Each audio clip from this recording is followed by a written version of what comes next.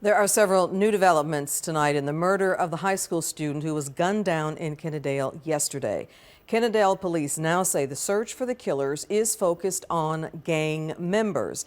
They found a possible suspect vehicle and say the victim, Carl Wilson, was shot in the head multiple times. But police emphasize Wilson, an Arlington Martin High School senior and a young father, was not a gang member. Fox 4's Calvert Collins in Arlington at Martin High School, where Wilson's friends and loved ones gathered tonight. Calvert.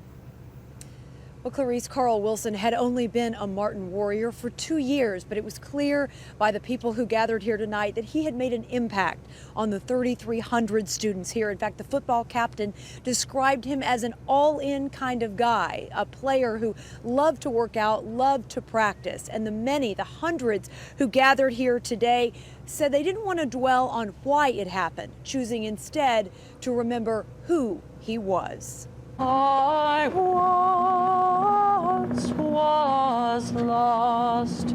A sudden and unexplained death many can't understand. But Lord, we do all know that he is in a better place right now. They saw him in class, on the football field, and in the hallway. Then he was gone. It pains me to see that, he's not going to be here with us anymore, but his memory will live on through everybody that showed up here tonight and everybody who didn't have the chance to. His family's here, so please just make sure to love on them. And Carl Wilson's classmates and teachers shared stories and prayers, then released balloons in his honor. Carl's very accountable. You could count on him to do, whatever he said he was going to do. The 18-year-old Martin High School senior and linebacker was gunned down after school in nearby Kennedale. While police have not made any arrests, they did identify and find a possible suspect vehicle. Some witnesses say they saw a black Lincoln Navigator leaving the scene. Police got an anonymous tip and seized it in Grand Prairie. They're still looking for the driver, who they say has ties to an Arlington gang. Our family got to stick together. His friends got to stick together. Not worry about revenge, because it's in God's hands. Police say Wilson was not in a gang, and Arlington ISD clarified there was no fight at school yesterday, merely a discussion during lunch between Wilson and other students. The medical examiner ruled his cause of death multiple gunshot wounds to the head. So how a seemingly mundane discussion escalated to a cold-blooded murder is what everyone wants to know. I just want them to find who did it, and that's all we ask for. Even if they don't find out who did it, just let my cousin rest in peace, because that's all we want. Wilson leaves behind 2 sisters and an 18-month-old son, King. That we all have each other to help us get through losing a warrior, a teammate,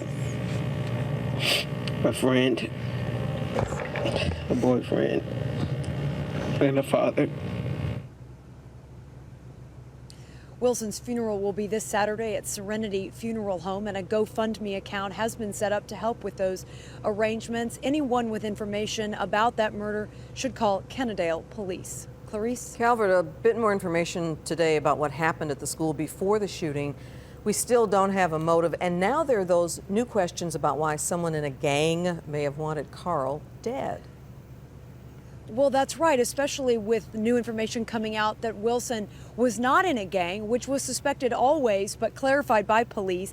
And what is important about that anonymous tip that police got today is that people are talking, whether anonymous or not. They're calling police and giving up information about who may be involved and some of those details that investigators were looking for yesterday. Sources tell me that investigators from several police departments are helping out, canvassing social media, looking for anyone with gang ties or knowing about this situation, believing that they may turn on one another.